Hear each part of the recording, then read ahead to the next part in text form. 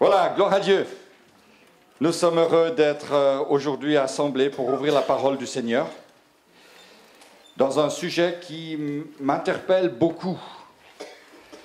Parce que la Sainte Seine est un sujet que nous ne prenons pas facilement, nous ne le prenons pas d'une manière régulière, et pourtant, il y a beaucoup à apprendre dans la Sainte Seine. Alors permettez-moi ce matin d'ouvrir une petite série de prédications sur la Sainte Seine. Nous avons vécu le temps de Pâques, nous avons vécu les baptêmes à l'Ascension, et puis ce sujet s'impose à moi parce que finalement, dans le cours de préparation au baptême, nous abordons cette question de la Sainte Seine. Parce qu'il y a, somme toute, un lien très étroit entre le baptême, entre la résurrection et entre la Sainte Seine. Nous savons que le baptême est l'engagement d'une bonne conscience devant Dieu. Et le fait de participer à la table du Seigneur, comme nous allons le faire tout à l'heure, nous manifestons, nous renouvelons cet engagement de notre bonne conscience. C'est en quelque sorte le rappel de notre baptême. Bien sûr que c'est le rappel de la mort du Seigneur Jésus, mais c'est également le rappel de notre baptême. Alors il est évident que dans notre conception, qui nous paraît cohérente avec la parole de Dieu, il n'est pas possible de s'approcher de la table du Seigneur, de participer au pain, de participer à la coupe, sans d'abord être passé par les eaux du baptême. Ça nous semble logique.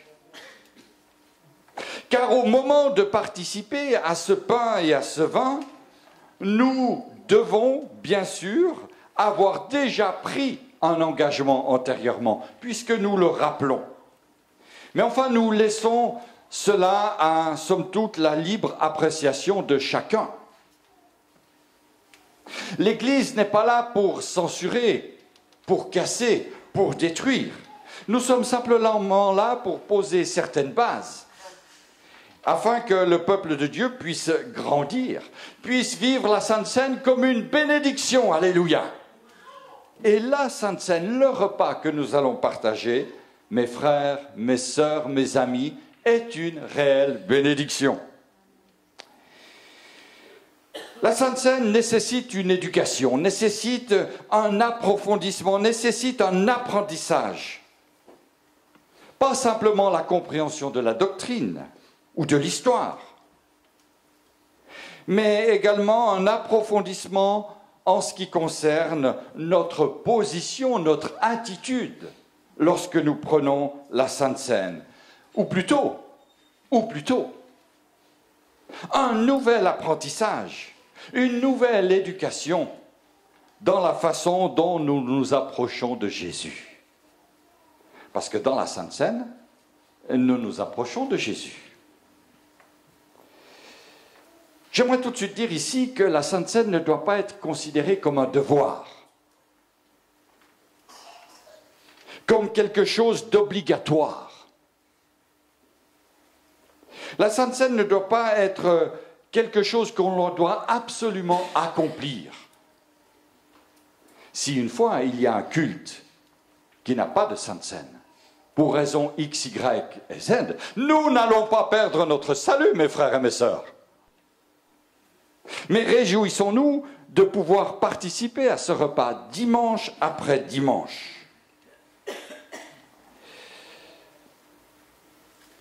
Lorsque je mets une valeur trop importante à la Sainte Seine,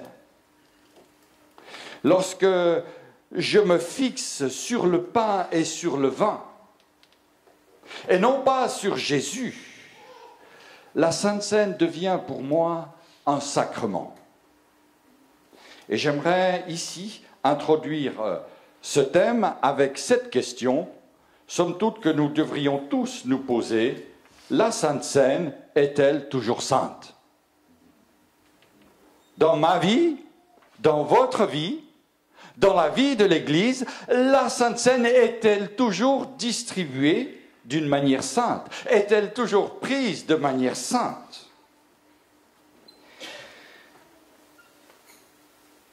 Je ne suis pas toujours satisfait de voir sur la surface de la Terre comment la Sainte Seine évolue. Très souvent, on la prend très rapidement, en vitesse, car on a l'impression de déranger les musiciens, de déranger la louange. Donc il faut absolument caler la Sainte Seine entre la prédication et la louange, et puis les musiciens ne veulent pas arrêter, donc on réduit la Sainte Seine. Ça m'attriste. Ça m'attriste. Je n'arrive pas à comprendre pourquoi la Sainte Seine également ne peut pas être prise tous les dimanches. Alors je respecte les traditions locales, je respecte que dans certains pays on la prenne qu'une fois par mois, voire même qu'à Pâques, à Noël et à Pentecôte. Mais je me dis, mes frères et mes sœurs, nous avons ici un commandement du Seigneur. Faites ceci en mémoire de moi toutes les fois que vous en boirez, jusqu'à mon retour. Il s'agit d'une mémoire que nous voulons rappeler jusqu'au retour du Seigneur. Je crois que la Sainte Seine fait partie de l'adoration. Lorsque je viens dans la maison du Seigneur pour adorer mon Dieu, je lève mes mains vers lui. Mon esprit s'élève dans la louange et dans l'adoration. Et lorsque je participe à la table du Seigneur, je ne fais que sublimer ce moment d'adoration. Je crois même que la Sainte Seine est plus importante que la louange musicale, que les chants. Excusez-moi mes sœurs, c'était parfait ce matin. Je ne veux pas vous dire cela pour vous décourager, bien au contraire. Mais la Sainte Seine est tellement, tellement importante. De toute façon, dans la chambre haute, lorsque les disciples étaient réunis avec leur Seigneur, ils ont chanté des chants, des psaumes, et ensuite ils ont partagé leur repas. Cela formait un tout, un ensemble. La Sainte Seine est un temps sacré. Un temps sacré. Et ce temps, c'est une disposition de notre cœur. Est-ce que ce matin, je suis entré dans la maison du Seigneur pour vivre quelque chose de sacré, pour participer à quelque chose de sacré? Ce sacré nécessite une compréhension peut-être nouvelle pour vous et pour moi. Et nous allons essayer de le découvrir au travers de quelques textes bibliques. Je dirais même que participer au repas du Seigneur, c'est un temps prophétique. Rappelons-nous que nous annonçons la mort du Seigneur jusqu'à ce qu'il revienne. Nous prophétisons chaque fois que nous prenons la Sainte Seine, nous entrons dans un temps prophétique. Et en tant que pasteur, j'aimerais valoriser la Sainte Seine. J'aimerais valoriser ce temps que nous prenons dimanche après dimanche, afin qu'il vienne pour nos vies, qu'il devienne pour nos vies un temps de bénédiction, de visitation profonde.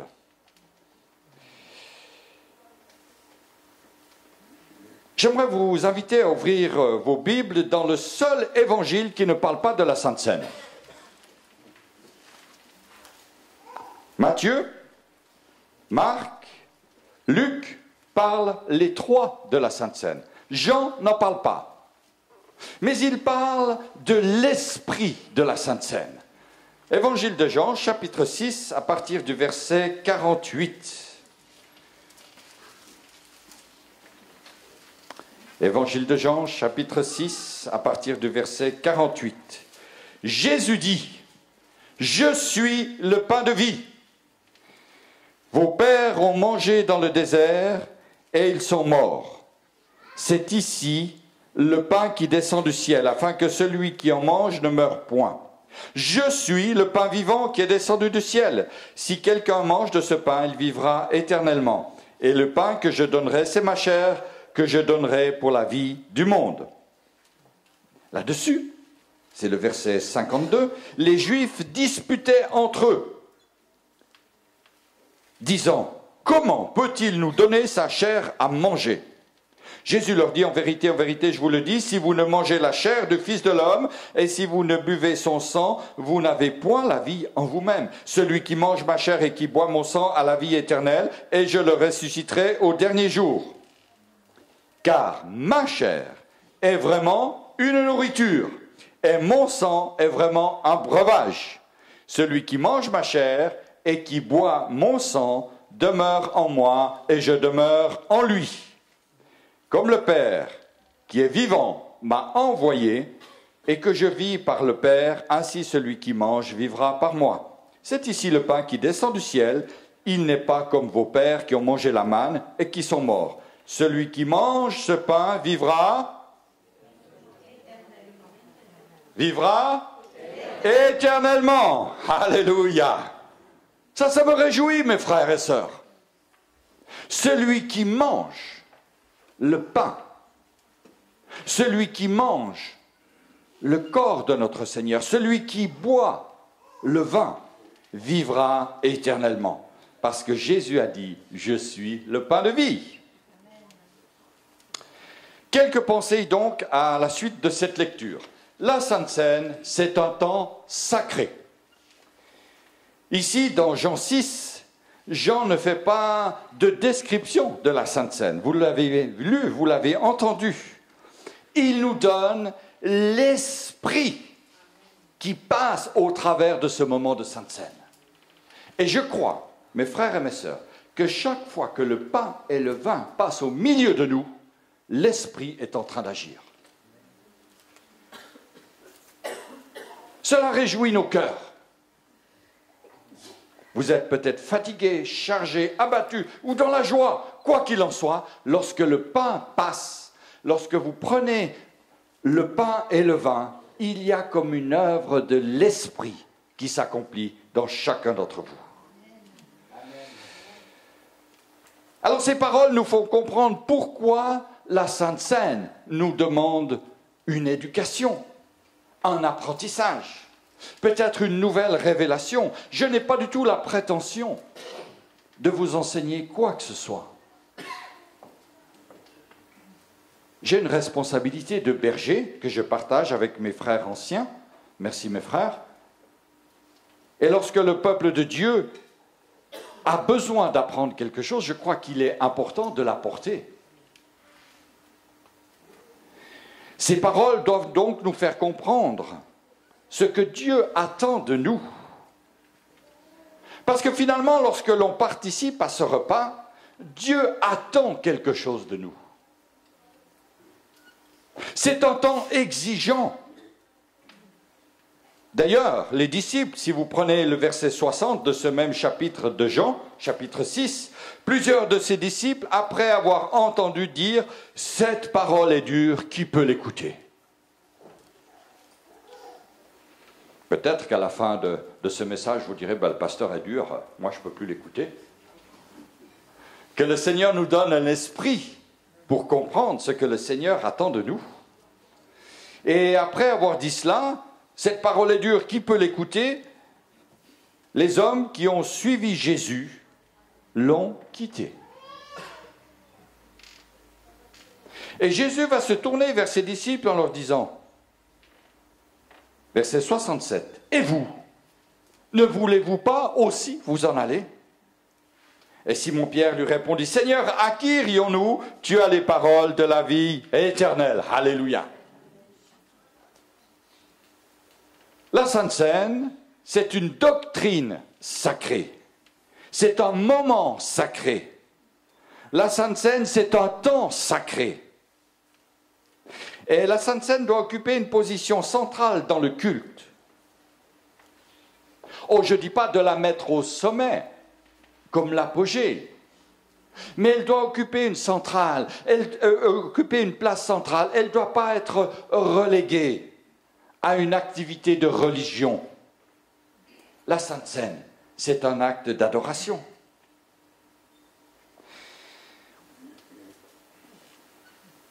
J'aimerais même dire que lorsque le Saint-Esprit visite l'Église, la Sainte Seine prend une toute autre dimension.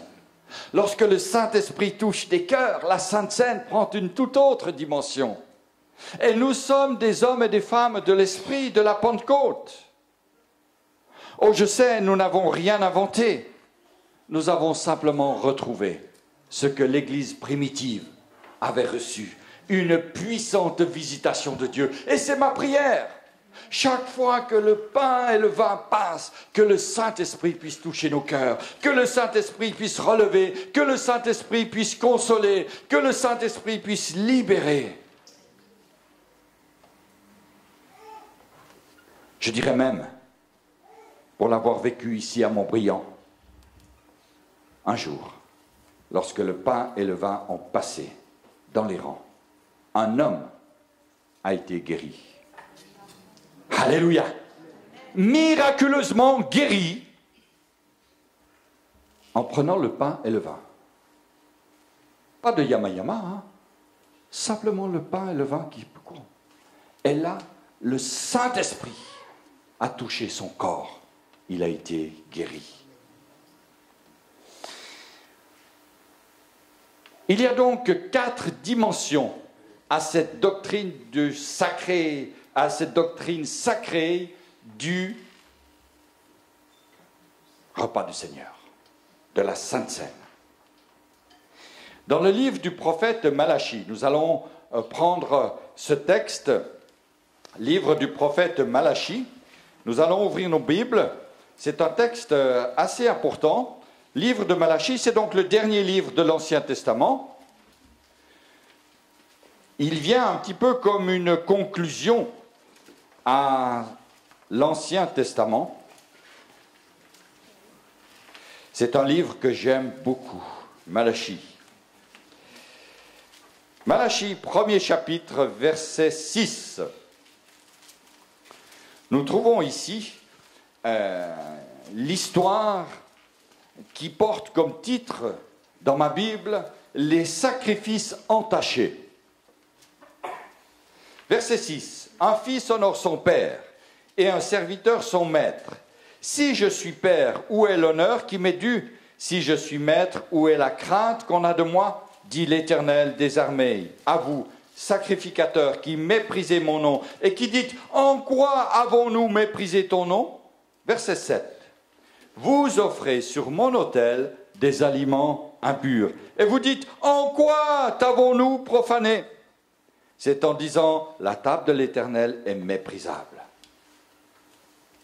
Quand vous offrez un sacrifice, une bête aveugle, n'est-ce pas mal? Quand vous offrez une bête boiteuse ou infirme, n'est-ce pas mal? Offre-la donc à ton gouverneur. Te recevra-t-il bien? Te fera-t-il bon accueil? Dit l'Éternel des armées. Priez Dieu maintenant pour qu'il ait pitié de nous. C'est de vous que cela vient. Vous recevra-t-il favorablement? Dit l'Éternel des armées. Il est vrai que dans ce texte, Jésus n'est pas encore venu. C'était encore le temps des sacrifices d'animaux pour le péché du peuple, pour les péchés personnels. Et le prophète de la part de Dieu leur dit « Et les animaux que vous amenez, l'un est aveugle, l'autre est boiteux, l'autre est malade. Vous n'oseriez même pas les apporter au gouverneur pour payer vos impôts. Vous déshonorez ma table, dit le Seigneur. » Il est pour nous très important, lorsque nous nous approchons de cette table, de la table de la Sainte Seine, de ne pas la déshonorer. Alors vous vous dites, mais comment pourrait-on déshonorer la table du Seigneur? L'apôtre Paul dit aux Corinthiens, chapitre 11, c'est pourquoi celui qui mangera du pain ou boira la coupe du Seigneur indignement sera coupable envers le corps et le sang du Seigneur. Je crois qu'il y a une manière de nous approcher du Seigneur qui est juste, et il y a une manière qui est mauvaise. S'approcher du Seigneur indignement est une mauvaise manière. Nous pouvons nous approcher de cette table sans comprendre, sans réaliser chaque fois la dimension de ce que nous allons prendre, le pain et le vin. Je crois que parfois nous nous approchons de cette sainte scène, de cette table, par automatisme, par esprit peut-être même de religiosité. Mais j'aimerais dire, mes frères et mes sœurs, lorsque nous venons à cette table, ce n'est pas simplement le vêtement de Jésus que nous venons toucher. Il est vrai que la Bible nous parle d'une femme qui a été guérie en touchant le vêtement de Jésus. Mais ce n'est pas le vêtement qui l'a guérie, c'est Jésus. Et lorsque nous nous approchons de cette table, nous ne voulons pas simplement toucher le bord du vêtement de Jésus, nous voulons le toucher. L'apôtre Jean va dire dans la Bible en français courant, premier épître, chapitre 1, verset 1, « Ce qui existait dès le commencement, nous l'avons entendu, nous l'avons vu de nos propres yeux, nous l'avons gardé et nos mains l'ont touché. Il s'agissait de la parole qui donne la vie. » À la table du Seigneur, ne nous contentons pas de toucher le bord de son vêtement. Ne nous contentons pas de toucher la parole de vie, mais entrons dans une communion avec celui qui est la parole de vie, celui qui est le pain de vie, celui qui a donné sa vie pour moi à la croix du Calvaire. Et avec les chrétiens du monde entier, en participant à ce repas, nous formons un seul corps spirituel, uni en Jésus-Christ. Et cela, mes frères et mes sœurs, à la table du Seigneur, c'est sacré. C'est une dimension sacrée.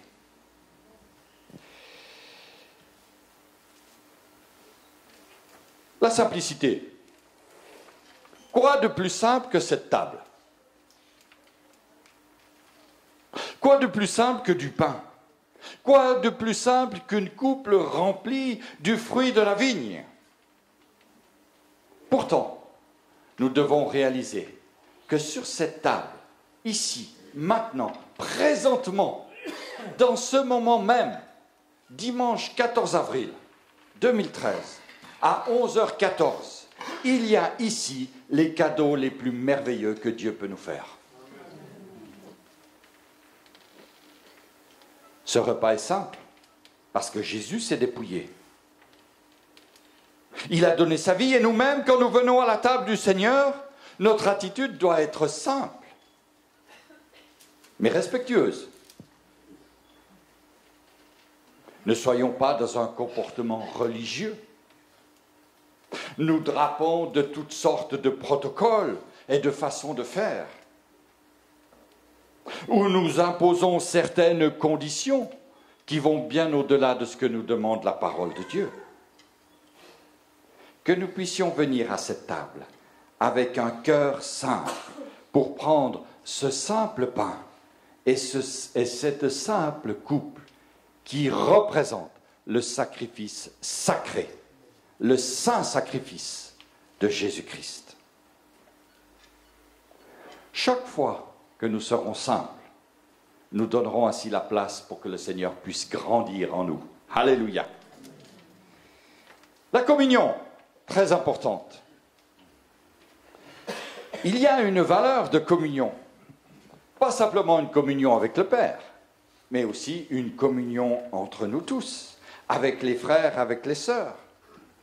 Et je crois qu'il ne peut pas y avoir de communion avec le Père, avec notre Maître, si nous n'avons pas de communion entre nous. Tout à l'heure, le pain et le vin vont circuler. J'ose espérer qu'il n'y a pas d'amertume, de mésentente, de querelle entre vous.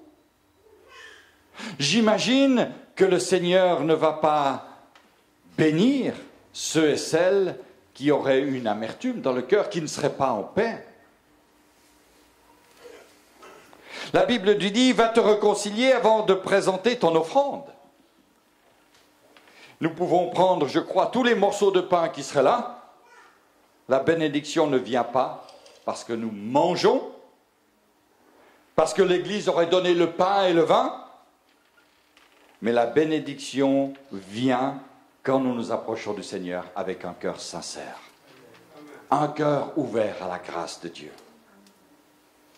Bien sûr, il y a également une démarche de foi à avoir. Pour nous, la table du Seigneur, la bénédiction ne vient pas lorsque nous mangeons, mais elle vient par la foi en Jésus-Christ. Alléluia. Peut-être que certains d'entre vous ont eu un parcours qui a fait qu'un jour, un prêtre a posé dans sa bouche l'hostie.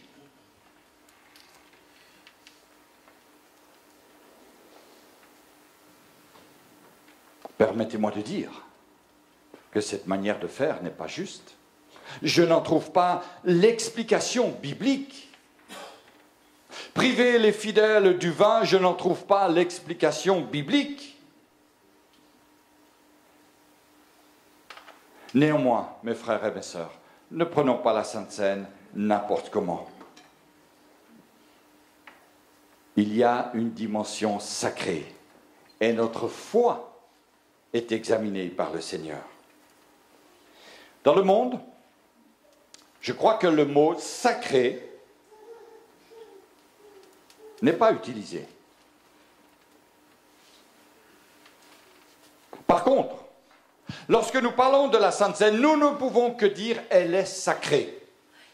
Le mot sacré appartient aux choses de Dieu. La Sainte Seine appartient aux choses de Dieu. La Sainte Seine appartient à l'Église, elle est sacrée. C'est un véritable breuvage, c'est une véritable nourriture, c'est un temps de communion, c'est un temps de renouvellement, c'est un temps de bénédiction. Alléluia, c'est sacré. Quelques définitions.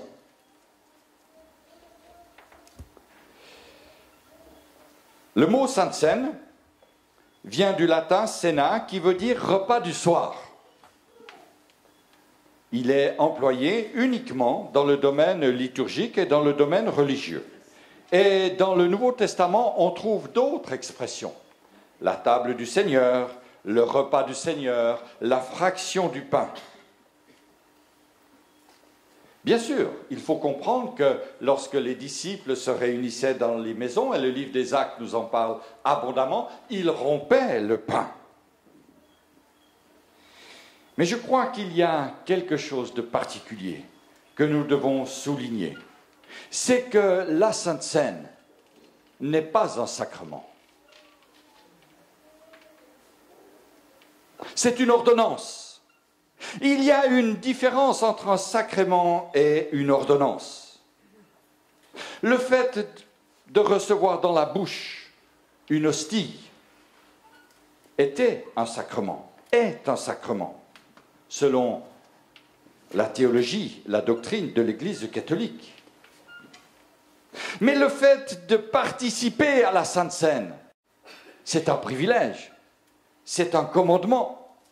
C'est un ordre, mais ce n'est pas un sacrement. La bénédiction n'est pas dans le pain. La bénédiction n'est pas dans la coupe, bien que nous bénissions la coupe et le pain. Mais elle est dans notre foi à saisir la grâce de notre Seigneur. C'est ça qui change. Le sacrement, c'est quelque chose qui va vers Dieu, vers notre Seigneur au travers de l'Eucharistie. Mais pour nous, l'ordonnance de la Sainte Seine, c'est plutôt l'homme qui va vers Dieu. Je m'excuse, je reprends. Le sacrement va de Dieu vers l'homme. Le sacrement, il transmet une grâce de Dieu par quelque chose de physique, par un acte. Mais l'ordonnance, nous-mêmes, lorsque nous prenons la Sainte Seine, nous allons vers Dieu. C'est l'homme qui se replace devant Dieu, qui se renouvelle dans son engagement, qui exprime sa confiance, sa foi dans l'œuvre de Jésus-Christ accomplie à la croix. Dans le monde évangélique, nous avons gardé la conception calviniste de la Sainte Seine. Et il y a dans la Sainte Seine une présence spirituelle et non pas une présence corporelle. Ça change tout. Le sacrement va de Dieu vers l'homme, mais l'ordonnance de la Sainte Seine, la manière dont nous la pratiquons, c'est plutôt l'homme qui s'élève vers Dieu, dans une adoration, dans la louange. Et je crois que si nous avons compris cela, nous avons compris quelque chose de très très important pour notre vie. Alors qu'est-ce que c'est la Sainte Seine? C'est un repas partagé entre les disciples, entre les enfants du Seigneur, les fils et les filles du roi des rois. Alors une question qui revient souvent. Qui a participé à la première Sainte Seine, lorsque Jésus était là avec ses disciples? Et puis, la question pour départager les gagnants, Judas a-t-il participé à la Sainte Seine? Le Seigneur ne lui a-t-il pas tendu un morceau de pain? Il est vrai.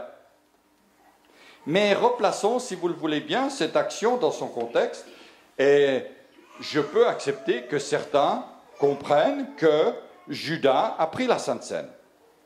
Mais je ne partage pas cet avis. Je suis d'ailleurs surpris lorsque j'ai regardé des peintures, des représentations de la Sainte Seine et ses disciples, et je me suis mis à compter. 1 plus 12, parfois 1 plus 11, à d'autres fois 1 plus 13,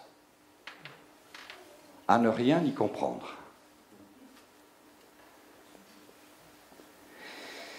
Mais le Seigneur, c'est vrai, un jour a été réuni avec ses disciples. Il était là dans la chambre haute. Et il a distribué le pain. Et lorsqu'il a passé le pain à Judas, permettez-moi d'exprimer ici un avis tout à fait personnel qui ne m'engage que moi. Mais j'ouvre ici cette petite parenthèse. Jésus a trempé le pain dans de la sauce. N'est-il pas vrai? Ce n'était pas simplement du pain. Il l'a trempé dans la sauce, comme c'était l'habitude culinaire, gastronomique à cette époque-là. Ce qui me permet de dire, mais Jésus n'a pas pu partager le repas de la Sainte Seine en mettant de la sauce dessus. Je crois qu'il n'y a pas besoin de mettre de la sauce dans la vie de Jésus. Donc Judas, pour moi, n'a pas participé au repas du Seigneur. Il a participé au repas qui entourait le repas du Seigneur. Mais il n'a pas participé au repas du Seigneur. Mais je veux bien admettre que certains ont des avis différents. Cela n'est pas très important, à vrai dire. Parce que finalement, que Judas ait pris la Sainte Seine ou pas, il est responsable de ses actes. Lorsque la Bible dit « examinez-vous vous-même », il est question ici de s'examiner notre vie. Un pasteur n'est pas le censeur des âmes. L'apôtre Paul nous encourage à nous examiner nous-mêmes. Mes frères et mes sœurs, lorsque le pain et le vin passent, c'est à vous de vous examiner. Ce n'est pas à moi à être le censeur de vos âmes. Et vous dire, oui, toi, tu es un bon chrétien, tu peux prendre. Toi, je préférerais que tu t'abstiennes aujourd'hui.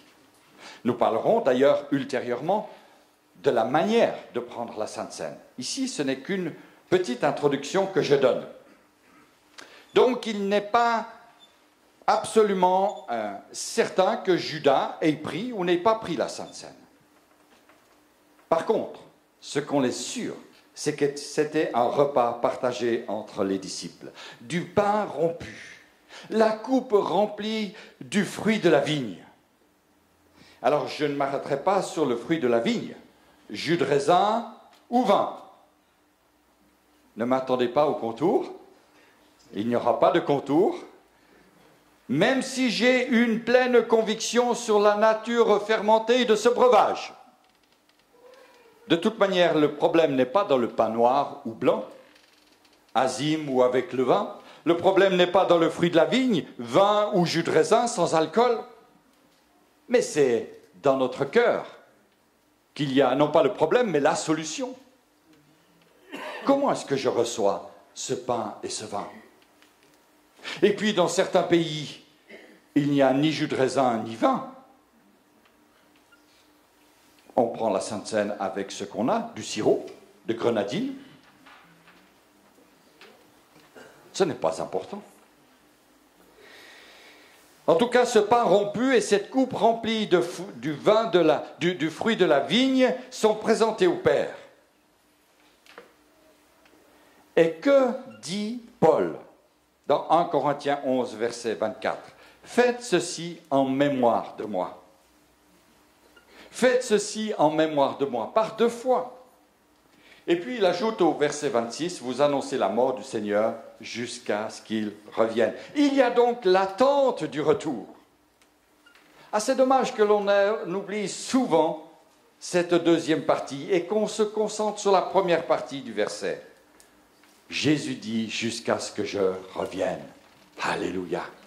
Jésus va revenir, mes frères et mes sœurs. Et chaque fois que nous participons à ce pain et à ce vin, nous annonçons le retour du Seigneur. Et cela doit réjouir nos cœurs. Il y a donc dans la Sainte Seine le temps du souvenir. Faites ceci en mémoire. Et puis, bien sûr, le temps où on se projette vers l'avant, le temps de la promesse. Nous regardons en avant lorsque nous prenons la Sainte Seine. Ce qui nous amène à vivre les promesses du Seigneur. Mais bien sûr, il faut passer par le temps de la mémoire. C'est nécessaire. D'ailleurs, les Hébreux n'ont que ce temps de mémoire dans le repas pascal. Nous avons une nouvelle dimension, une projection sur l'avenir. Alléluia. Mon frère, ma sœur, ne t'arrête pas. Ne t'arrête pas aux choses du passé. Tu as la mémoire de ce qui est arrivé. Tu as la mémoire de ton parcours. Nous y reviendrons ultérieurement. Mais j'aimerais nous encourager, vous encourager ce matin à regarder vers celui qui est vivant. Il n'est pas resté sur la croix. Alors, conclusion pour ce matin de cette première partie. Que représente la Sainte Seine? Elle est donnée afin que la nouvelle Église commémore la nouvelle alliance. Alléluia. Toutes choses deviennent nouvelles. Elle renforce notre foi et notre promesse au retour de Jésus-Christ. En cela, la Sainte Seine est le renouvellement de notre baptême, le renouvellement de notre démarche de foi, de notre engagement dans les eaux du baptême. Alors voilà 2 points importants dans la compréhension de la Sainte Seine. Commémorer, nous rappeler et nous engager, nous replacer chaque dimanche dans la présence du Seigneur. Et je crois que si nos temps de Sainte Seine sont bien conduits, s'ils sont bien gérés, ils doivent amener chaque croyant à se remémorer son baptême, son engagement et à se projeter dans les promesses merveilleuses que le Seigneur donne. Alors vous me direz, mais combien de fois est-ce qu'il faut faire la Sainte Seine? Je l'ai dit tout à l'heure en introduction, dans certaines églises, on l'a fait 1 fois par mois, voire même que dans les fêtes religieuses, entre guillemets. Mais j'aimerais ici citer un homme qui a beaucoup marqué ma vie lorsque nous étions en Afrique. Et cet homme était un missionnaire anglais et il prenait la Sainte Seine tous les jours avec sa femme. Tous les jours, il prenait la Sainte Seine. Alors au début, dans ma jeune foi, je trouvais ça un peu étrange. Je dis, mais comment ça se fait? Comment est-il possible? Et lorsque je réalise, aujourd'hui encore, tout à nouveau, la plénitude, le sacré, le moment privilégié de la Sainte Seine, je peux comprendre ce frère. Je me dis, il vivait un temps béni dans la présence du Seigneur. Alors, n'attristez pas mon esprit en partageant demain matin la Sainte Seine avec votre épouse ou avec votre mari avant de partir au travail. Il y a une dimension communautaire que nous ne devons jamais négliger. De même, on ne va pas baptiser sa petite copine dans la baignoire. Je le dis parce que certains, oui, ça nous fait rire, mais c'est vrai. Mais je dirais même, on devrait pleurer de ça. Parce qu'il y a eu des drames commis comme ça. Et la Sainte Seine, c'est le rappel du baptême. Faisons les choses avec sérieux. C'est des moments sacrés. La Sainte Seine est la communion avec les frères et les sœurs et avec le Seigneur. Mais chaque fois, d'ailleurs la Bible le dit, chaque fois qu'ils se réunissaient, ils partageaient le pain et le vin. Alléluia. Alors, quel est le but spirituel de la Sainte Seine? Et ensuite, je vais laisser la place à mon frère Pierre qui va présider ce moment. Avant toute chose, la Sainte Seine a pour objectif de renforcer la communion du disciple avec Jésus-Christ crucifié, avec Jésus-Christ glorifié. Alléluia. Rappelons-nous qu'il est glorifié. Et le but de la participation à ce repas est de nourrir et d'abreuver notre âme. Alléluia. On ne mange pas la chair du Seigneur. On ne boit pas son sang, on n'est pas des cannibales. Mais on s'approche de cette table dans une attitude sainte et sacrée.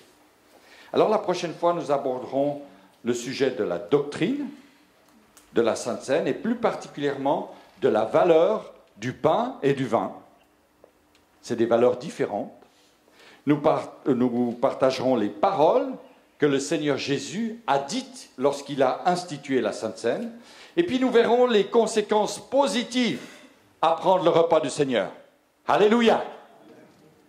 Et puis, bien sûr, nous parlerons des conséquences négatives, parce que parfois, il y a des conséquences négatives, et je crois que le peuple de Dieu doit être informé de cela, doit connaître ces choses, afin de pouvoir bénéficier, afin de pouvoir rentrer dans ce que Dieu a promis. Les bénédictions pour aujourd'hui. Il y a des bénédictions immédiates dans la Sainte Seine, mais il y a aussi des bénédictions dans l'au-delà, dans le futur, des bénédictions éternelles. Que Dieu bénisse sa parole. Mon frère Pierre, tu peux t'approcher.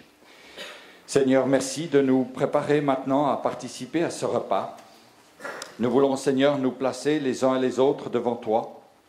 Et nous voulons te dire merci, Seigneur. Merci de l'avoir institué pour nous. Merci pour ce moment, Seigneur, privilégié, ce moment divin, ce moment sacré, Seigneur, auquel tu nous confies. Ce matin, Seigneur, nous voulons nous approcher de toi dans l'humilité, te demandant pardon, Seigneur, pour toutes les fois où nous avons pris ce repas d'une manière indigne, où nous l'avons pris en catimini, où nous l'avons pris, Seigneur, sans réaliser pleinement que nous participions à un corps et à un sang, celui que tu as versé à la croix du calvaire pour chacun de nous. Seigneur, merci de poser ta main sur chacune de nos vies. Tu connais, Seigneur, nos chemins, tu connais nos vies et tu nous appelles, Seigneur, à prendre ce repas en nous rappelant que tu as tout accompli pour notre salut. Amen, amen et amen.